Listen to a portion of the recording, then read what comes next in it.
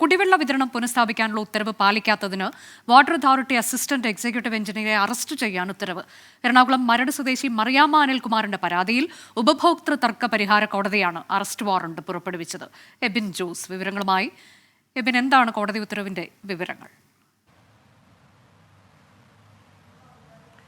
Water അതോറിറ്റിയുടെ ഗുരുതരമായ അനാസ്ഥയ്ക്കെതിരെയാണ് ഇപ്പോൾ ഉപഭോക്തൃ തർക്ക പരിഹാര കോടതിയിൽ നിന്ന് ഒരു ഉത്തരവുണ്ടായിരിക്കുന്നത്. Tripunithura sub division assistant executive എഞ്ചിനീയറെ അറസ്റ്റ് ചെയ്ത് ഹാജരാക്കാനാണ് തൃപ്പൂണിത്തുറ SHOയ്ക്ക് ഇപ്പോൾ കോടതി നിർദ്ദേശം നൽകിയിരിക്കുന്നത്.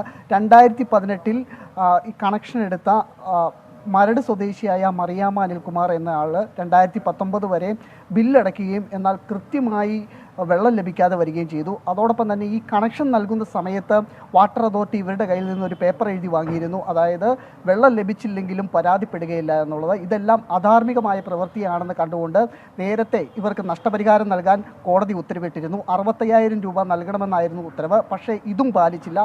ഇതേ തുടർന്നാണ് ഇപ്പോൾ അസിസ്റ്റന്റ് എക്സിക്യൂട്ടീവ് എഞ്ചിനീയറെ അറസ്റ്റ് ചെയ്ത് ഹാജരാക്കാൻ ഉത്തരവായിരിക്കുന്നത്. അനുജ, ഉപഭോക്തൃ തർക്ക പരിഹാര കോടതിയുടെ പ്രധാനപ്പെട്ട ഉത്തരവിന്റെ വിവരങ്ങളാണ് ബിൻ ജോസ് നൽകി. വിധി ദിനത്തിൽ 24 മാജിക് ജൂൺ 4 ചൊവ്വാഴ്ച രാവിലെ 5 മണി മുതൽ 24-ൽ.